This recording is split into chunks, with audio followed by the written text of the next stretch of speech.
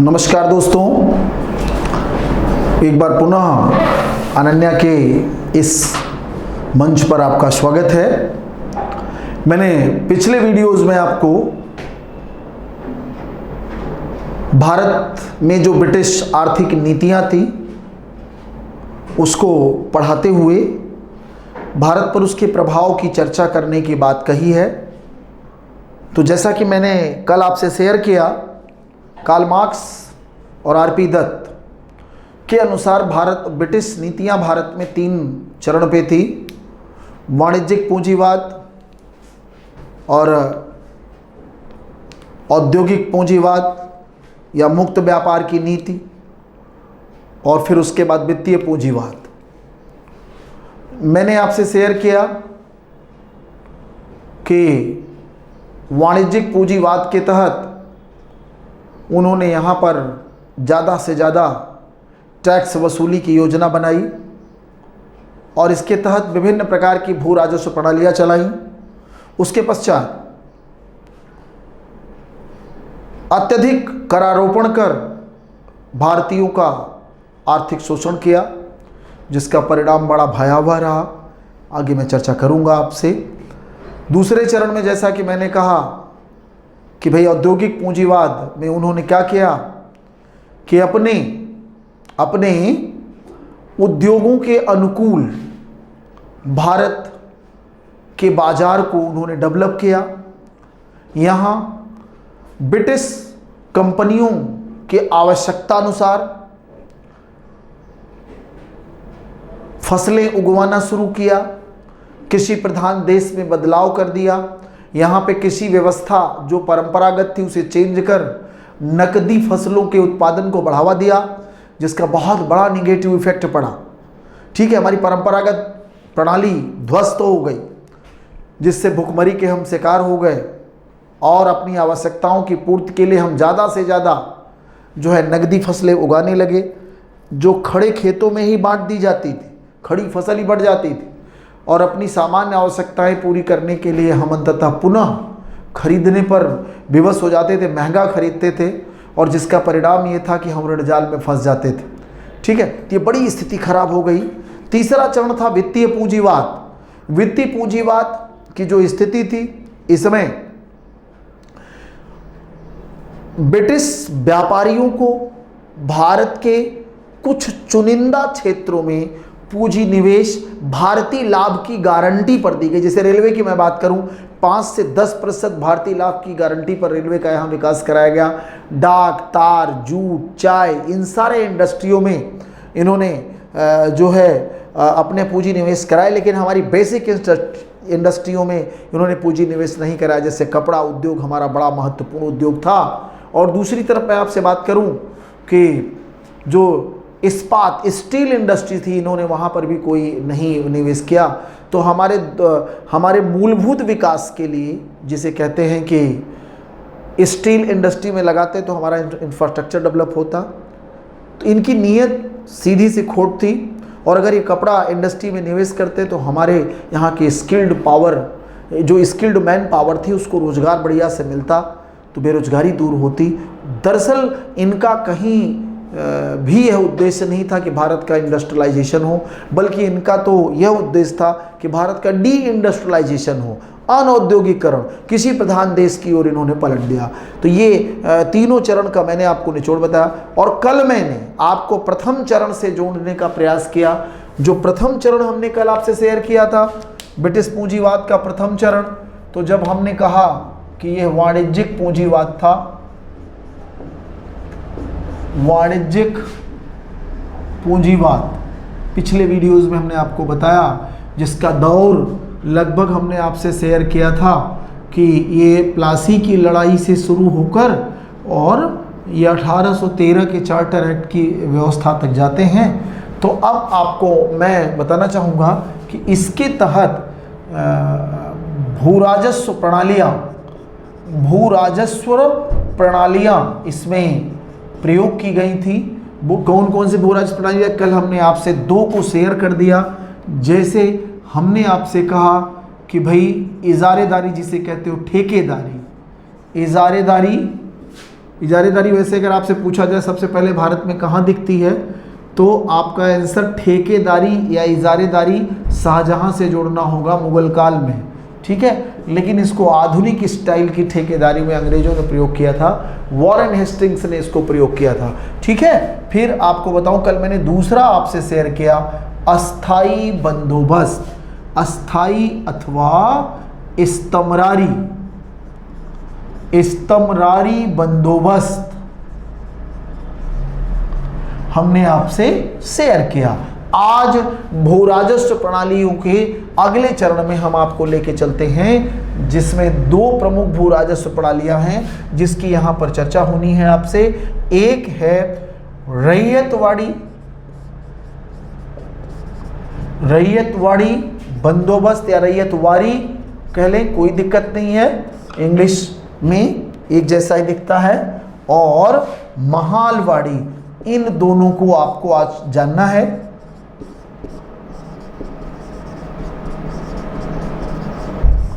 ठीक है, तो रैयतवाड़ी जब बंदोबस्त की बात करते हैं तो ये कहां प्रारंभ हुई, क्या था, कैसे था, ये चीजें मैं आपको अलग से शेयर करूंगा जिससे आपको आसानी से बातें समझ में आए। जब रैयतवाड़ी में हम आते हैं तो रैयतवाड़ी जो बंदोबस्त की प्रारंभिक जो इलाका था 1792 एडी में, 1792 एडी में यह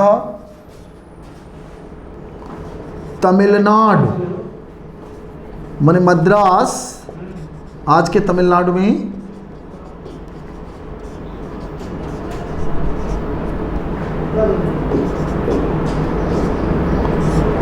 मद्रास के बारामहाल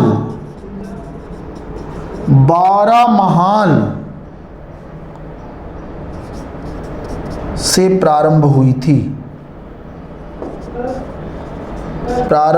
थी, ठीक है। और इसके जो प्रारंभ करता है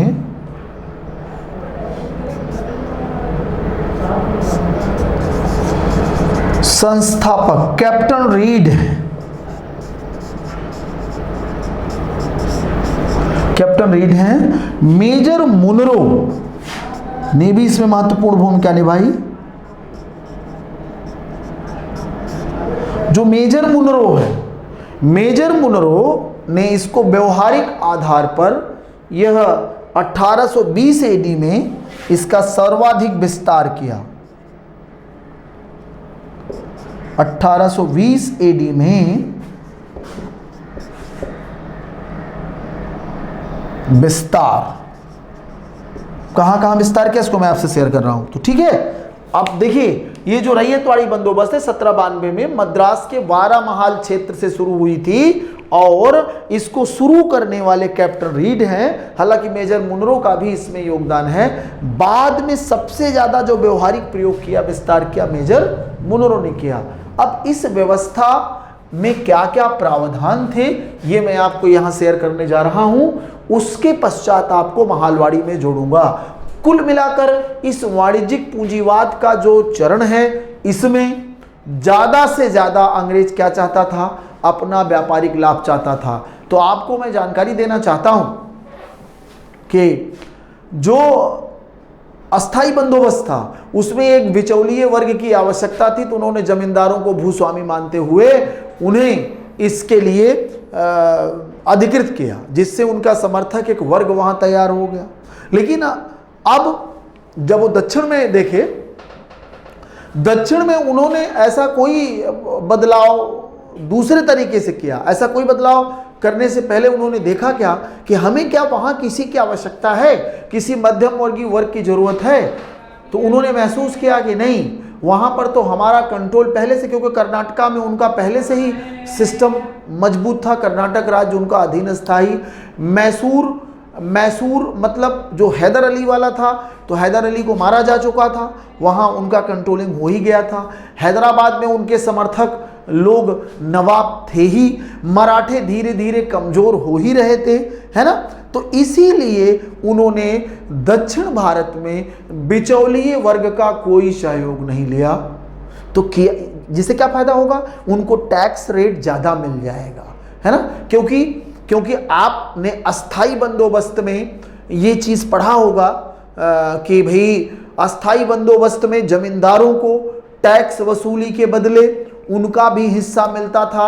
1/10 से 1/11 भाग जमींदारों का वहां हिस्सा होता था। तो कंपनी सिर्फ जो है 9/10 भाग ही उसके पास रहता था। तो कंपनी चाहती थी कि हम किसी मीडिएटर को समाप्त करके सारा लाभ स्वयं ले लें। ठीक है, तो अब आइए यहाँ की मैं बात करता हूँ। तो इसमें क्या कंपनी ने फार्मूला अपनाया? होशियार तो बहुत थी कंपनी भाई, वो अपना कदम कदम पर कोई भी नुकसान करना नहीं चाहती थी। भारतीयों का चाहे जितना नुकसान हो जाए, जितना पतन हो जाए, इससे उनको कोई लेना देना नहीं है। वैसे भी किसी आप विदेशी से क्या अपेक्षा रखेंगे? आपका विकास करेगा वो? इम्पॉसिबल। वो सदैव अपनी जेबें भरेगा और आपका कतई विकास नहीं करेगा। वर्तमान दुनिया में भी उठा के देख लीजिए कि ज़्यादातर भौतिकता और अपना जो है इनडायरेक्ट विस्तार ही योजना है। जो भी ताकतवर हो रहा है, कोशिश कर रहा है कि अपना ज़्यादा से ज़्यादा आर्थिक हित सुरक्षित रहे। वर्तमान जो विश्व की स्थिति है, आप उसको भी इससे देख सकते हैं। तो आइए इनको और डिटेल में आप जानिए।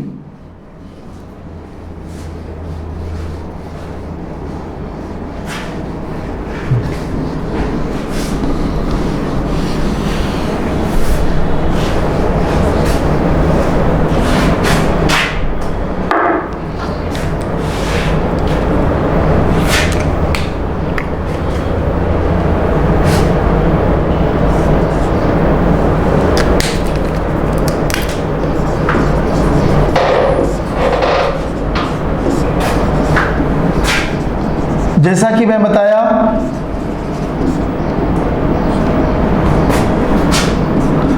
ये 1792 में मद्रास के 12 महल से प्रारंभ,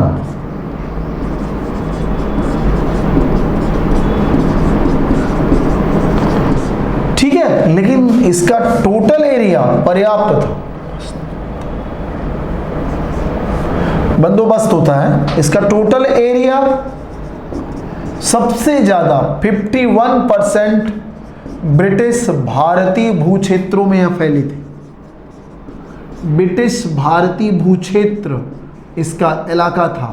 अब इस 51% में कौन कौन सा क्षेत्र था? तो पूरा का पूरा मद्रास, माने आज का तमिलनाडु, पुराना मद्रास कहा जाता था, तमिलनाडु। फिर कुर्ग रियासत कर्नाटक में था, कर्नाटक।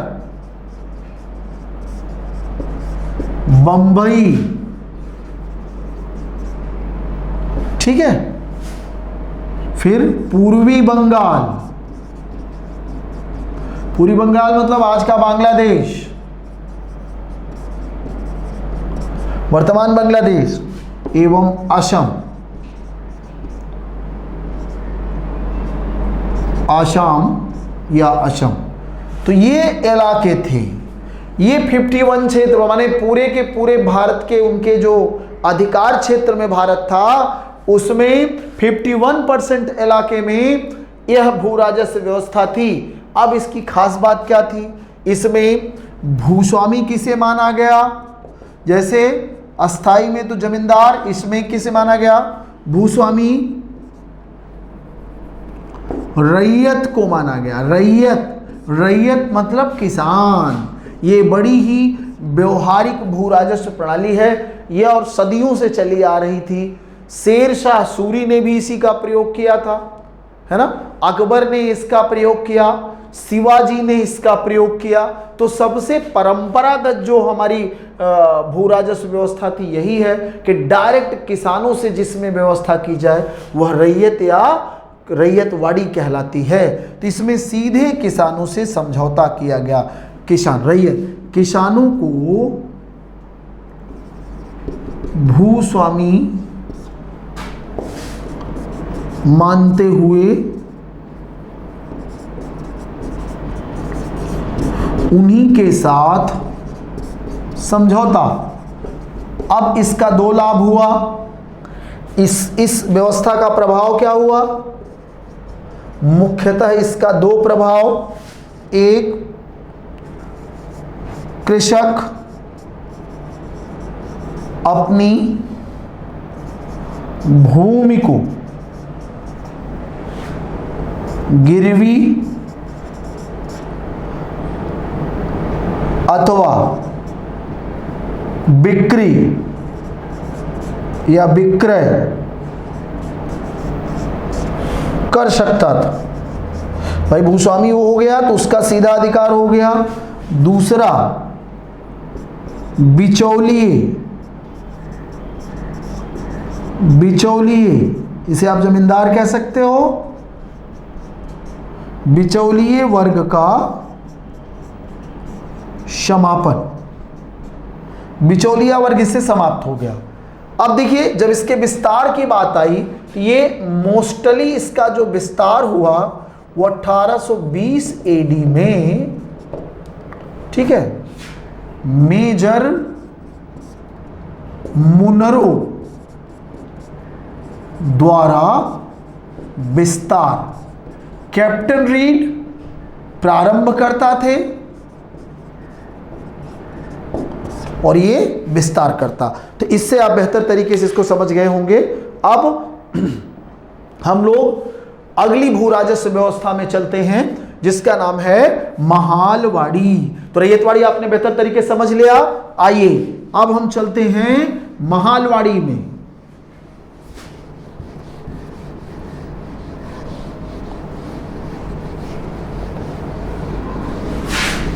महालवाड़ी बंदोबस्त,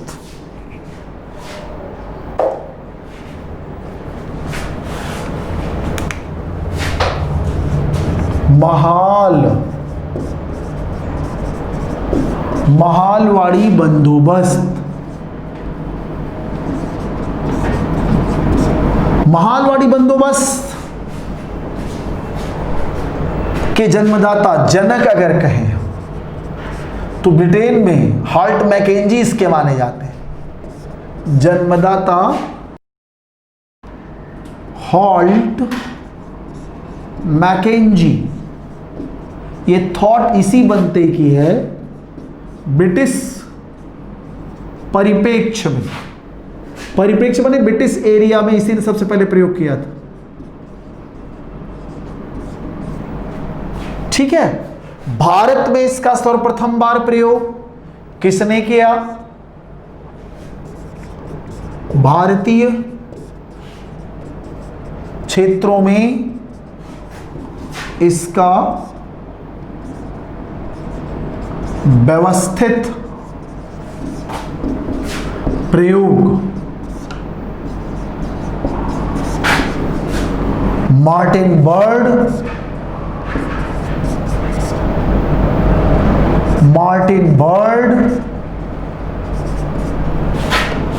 बर्ड, और थॉमसन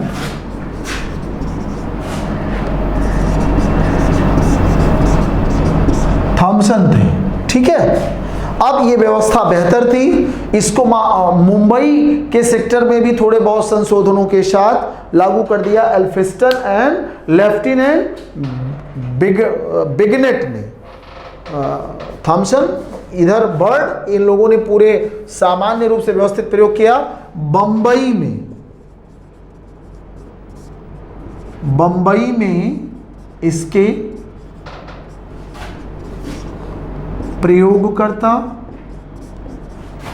थॉमस बिगनेट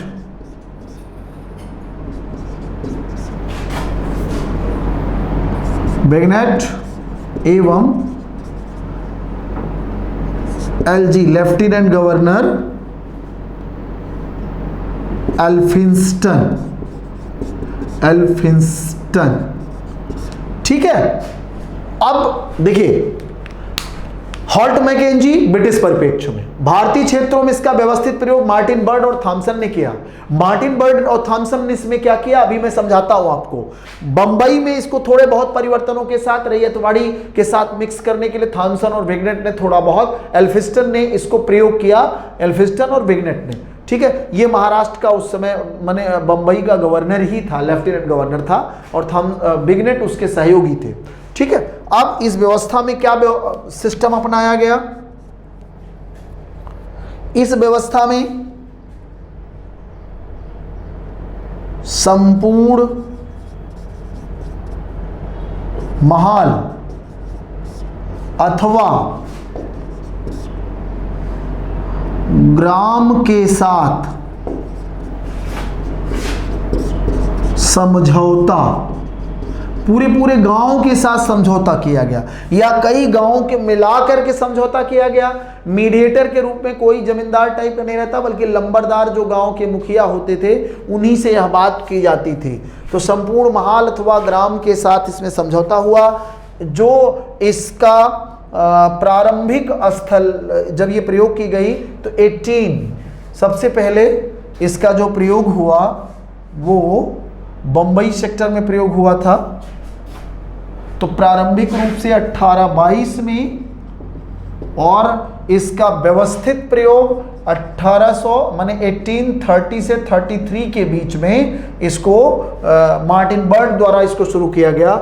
इसमें जो एरिया था, इसका एरिया की बात करूंगा मैं, तो एरिया ये 19% क्षेत्र में, नहीं सॉरी 30% क्षेत्र में ये फैली हुई थी। विशेषकर बंबई का कुछ क्षेत्र था, माने विशेषकर बंबई महानगर था, बंबई नगरी क्षेत्र में यही था। इसके अलावा राजस्थान, पंजाब, मध्य भारत एवं उत्तर प्रदेश, यूपी, बनारस माने वाराणसी खंड से पहले तक, वाराणसी मंडल से पहले तक,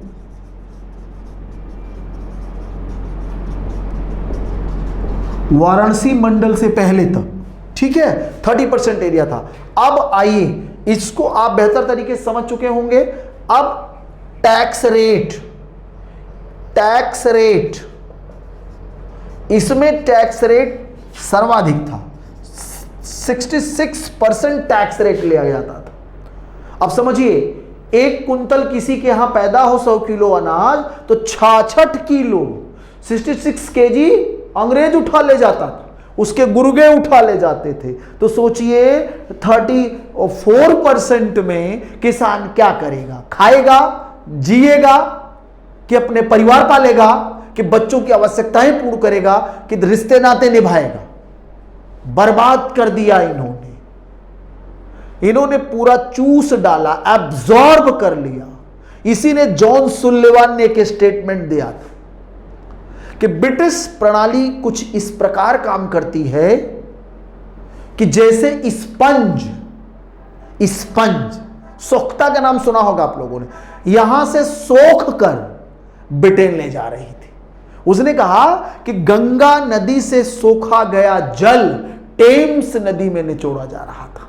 इसी कारण से एकदम यहां से, क्योंकि रिस्पॉन्सिबिलिटी विहीन थे, जितना मन आता था उतना खींच लेते थे और थोड़ा बहुत यहां छिड़काव करके सब उठा ले जाते थे। तो ये इनकी व्यवस्था। टैक्स रेट सबसे ज्यादा यहां पर दिखाने के लिए, टैक्स रेट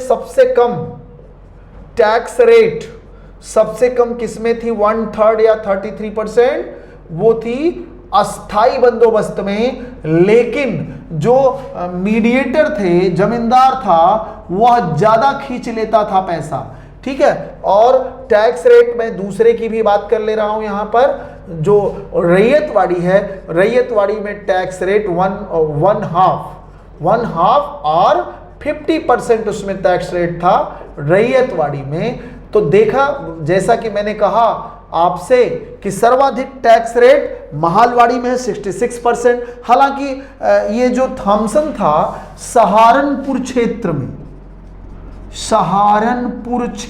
में इसे घटाकर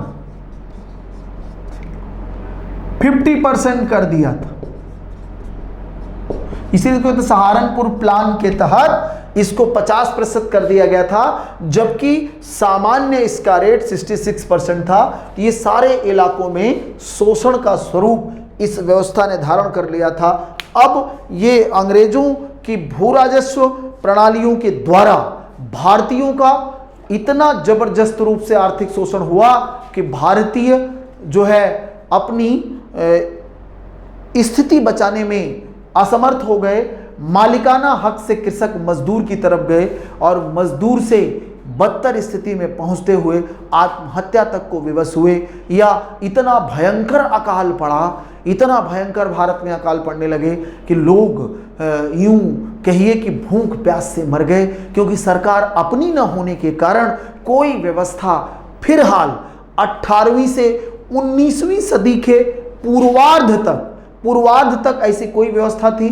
लॉर्ड लिटन के आसपास जब बड़ा भयंकर अकाल पड़ा, तब जाकर के थोड़ा बहुत जो है अकाल आयोग वगैरह, अकाल कोड वगैरह बनना शुरू हुआ। कर्जन के समय में कुछ ये व्यवस्थाएं की गई, जैसे मैकडोनाल्ड जो है आयोग बनाया गया। तो कुल मिलाकर के मैं कहना चाहता हूँ 18वीं से 19वीं सेंचुरी तक स्थिति, 19वीं सेंचुरी के हाफ तक स्थिति बहुत खराब थी। जितना मनाता था उतना बस शोषण किया करते थे। तो आपको मैं बता दूं कि इन नई भू राजस्व व्यवस्थाओं का क्या प्रभाव पड़ा। अब मैं प्रभाव आपको गिनाने जा रहा हूं, इसको आप एकदम एग्जैक्ट समझेंगे तो एग्जाम बहुत अच्छे तरीके से क्रैक कर लेंगे आप। तो अभी आपने नीतियां पढ़ा, अब उसका प्रभाव समझें आप, स्पेशली आर्थिक नीतियों का प्रभाव। ठीक है, जब हम प्रभाव की चर्चा यहां पे करेंगे तो नए सामाजिक वर्गों का उदय हो गया, नए सामाजिक वर्गों का उदय, वर्गों का उदय, जैसे ठीक है नए जमींदार या शहरी जमींदार, जिनके पास आत्मा नहीं थी सिवाय लाभ चाहिए था, शहरी जमींदार, ठीक है, साहूकार, ठीक है, इनको पहले भी थे लेकिन उतना प्रभावशाली नहीं थे जितना अब खतरनाक तरीके से हो गए, है ना। तो ये अब इसी तरीके जब आप देखिए नए सामाजिक वर्गों में जब हम जाते हैं तो ये शोषक के रूप में आया, तो शोषकवादी या शोषणवादी नई व्यवस्था का उदय। जैसा कि मैंने आपसे शेयर किया, जॉन सुलिवान बड़ा जबरदस्त कटाक्ष करता है कि एज ए स्पंज इनकी प्रणाली काम करती थी। डी इंडस्ट्रियलाइजेशन कैसे हुआ भारत का? नकदी फसलों के उत्पादन को बढ़ावा,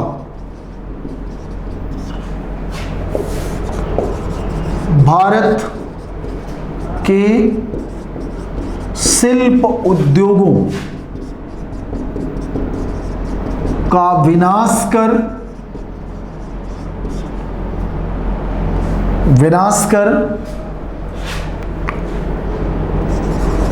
कृषि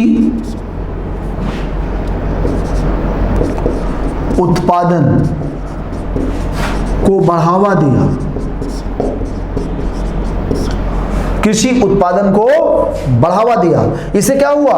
और ये खेती परंपरागत नहीं थी, ये खेती कैसी खेती थी? जो अंग्रेजों को आवश्यकता थी, ब्रिटिश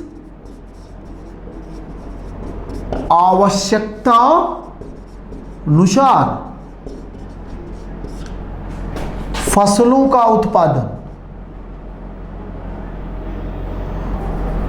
आवश्यकतानुसार नकदी फसलों का या फसलों के उत्पादन को बढ़ावा।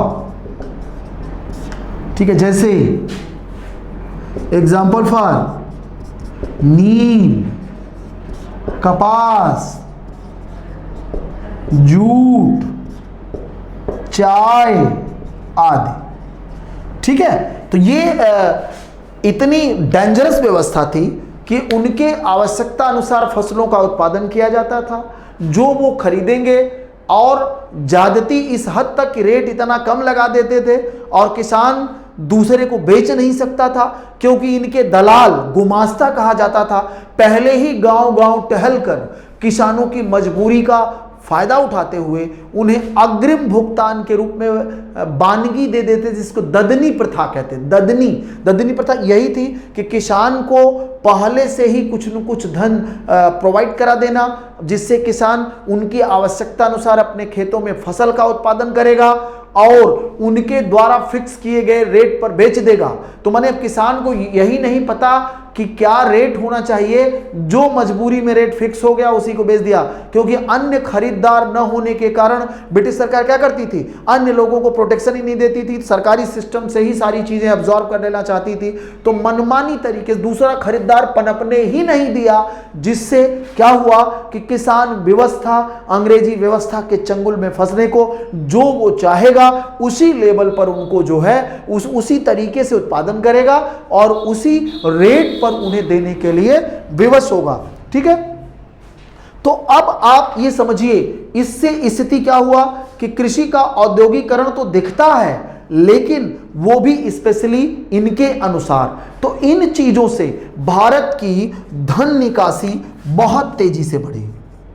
भारत की धन निकासी,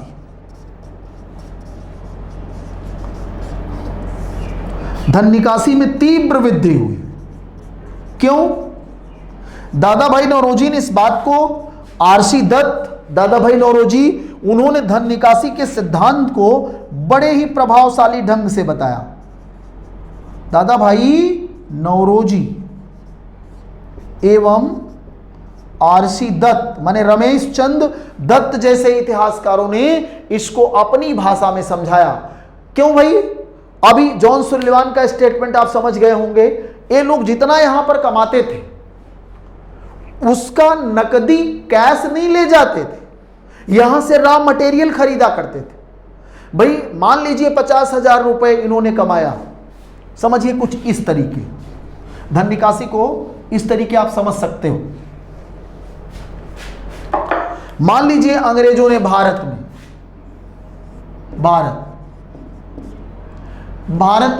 50,000 रुपए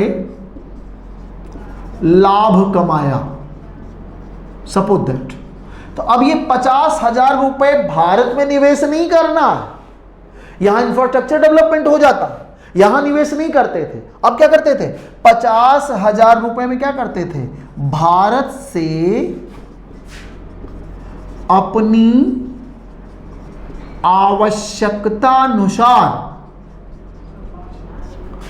कच्चा माल खरीदते थे। ठीक है, तो कच्चा माल खरीदते थे अपनी आवश्यकता अनुसार, और यह कच्चा माल ब्रिटेन जाता था, ब्रिटेन भेजा जाता था। क्यों? यहां क्या होगा? यहां दो काम होगा उस कच्चा माल से। भारतीय कच्चा माल यहां क्या करेगा? ब्रिटेन जाएगा, वहां दो लाभ पहुंचाएगा। एक, ब्रिटिश मशीनों में उत्पादन होगा, ठीक। दूसरा, ब्रिटिश मजदूर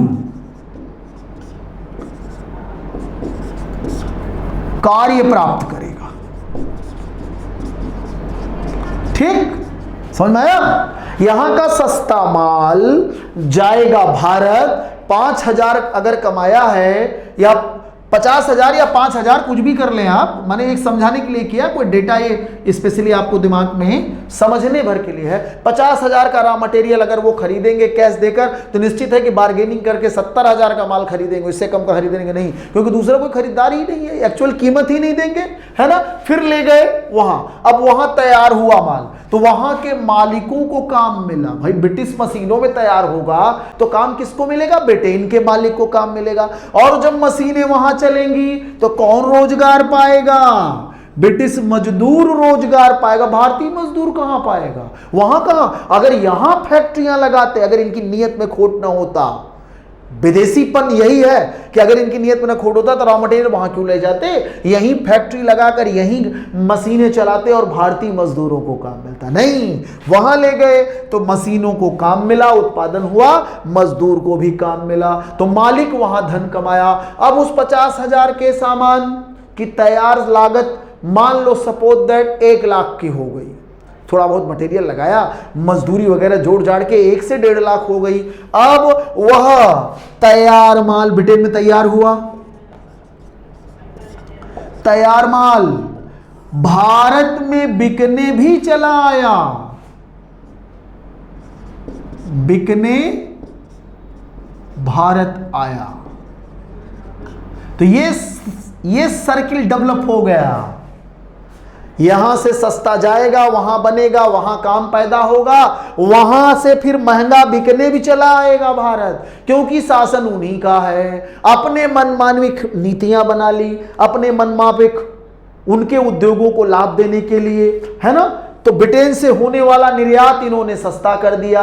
भारत में जब वो भारत आएगा, ब्रिटेन जब भारत भेजेगा तो वहां उनको सस्ता कर दिया, तो आसानी से भारत में प्रवेश कर जाएगा और भारत का बिजनेस एकदम नहीं डेवलप होगा। तो उनके यहां कच्चा माल भी भेजा, काम भी हमने भेजा, और उनका तैयार माल खरीदने के लिए हम विवश भी हैं, क्योंकि हमारे यहां कोई इंडस्ट्री इन्होंने डेवलप ही नहीं होने दी। हमारा शिल्प उद्योग इन्होंने नष्ट कर दिया, जिसके परिणाम स्वरूप बेरोजगारी का आलम इस हद तक बढ़ गया कि लोग भूख प्यास से मरने लगे। जब कैश क्रॉप्स नकदी फसलों को उगाया तो सामान्य फसलें हमारे यहां कम पड़ गई, उत्पादन होता ही नहीं था। गेहूं, चावल, दाल उत्पादन बंद हो गया, दलहन फसलें, जिससे वह वस्तुएं महंगी हो गई। अब हमारा ही किसान अपने आवश्यकता के अनुसार चीजें महंगी खरीद के खा रहा। जो पहले वो बेचा करता था, जो खरीदार बन गया, क्योंकि भारतीय किसान तो नील का उत्पादन कर रहा है, कपास का उत्पादन कर रहा, गेहूं चावल कम हो गया क्योंकि उसका बिकता ही नहीं था। उसका बिकता जो था वही वो पैदा करता था।